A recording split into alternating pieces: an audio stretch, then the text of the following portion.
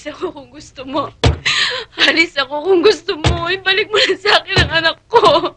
Jim, maawa ko. Jim! Helen. Jim, nakikiusap ako sa'yo. Ibalik mo sa akin ang anak ko. Ibalik mo sa akin ang anak ko. Halik ako sa kamay mo. Halik ako sa talampakan mo. Ibalik mo lamang sa akin ang anak ko. Tita Helen, bakit niya ba't mo sinasabi yun? Ano ka ba talaga siya? Jim! Sandra.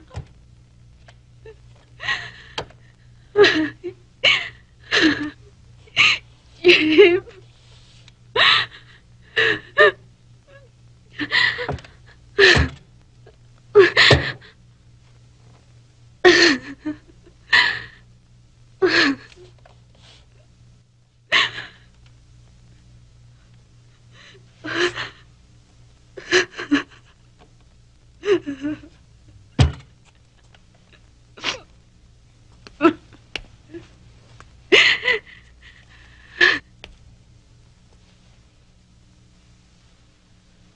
Jim, minsan nasabi ko, I do not know how a mother suffers. Hindi ako isang ina. Ngunit parang nararamdaman ko ang sakit na maging isang ina.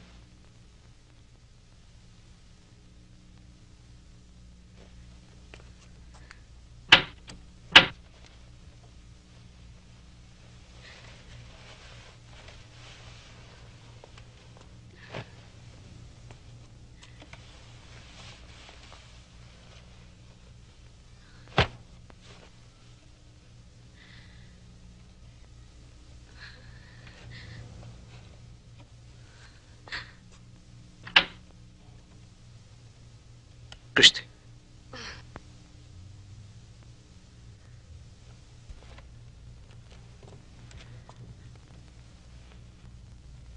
Naloloko ka na ba? Ikaw ang naloloko, Jim. Ikaw! Sising alipin ang ginawa ko sa'yo. Binigay ko sa'yo ang buo kong sarili. Dahil lamang sa isang tawag sa telepono na hindi naman yun ang naging dahilan ng pagkamatay ni Miding, hindi mo na ako napatawad. Ginamit mo ko. Inanakan mo ko. Pinagpalipasan mo ng oras. Pinagparausan mo. Lahat! Kinapalang ko mukha ko. Pinagsiksikan ko ang sarili ko sa bahay na ito.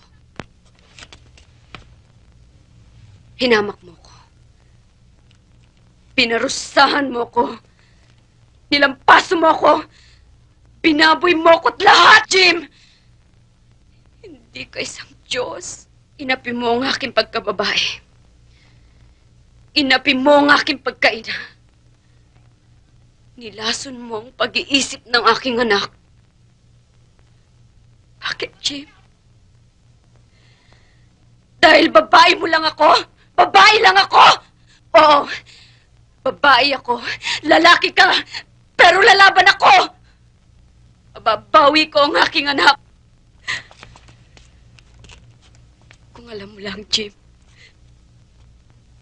tiniis ko ang lahat sa loob ng maraming taon. Dahil gusto kong gampanan ang papel na hindi natapos na Miding. Gusto kong hugasan ang aking kasalanan. Dahil ako isang tao. Hindi ako hayop. Tiniis ko ang lahat. Dahil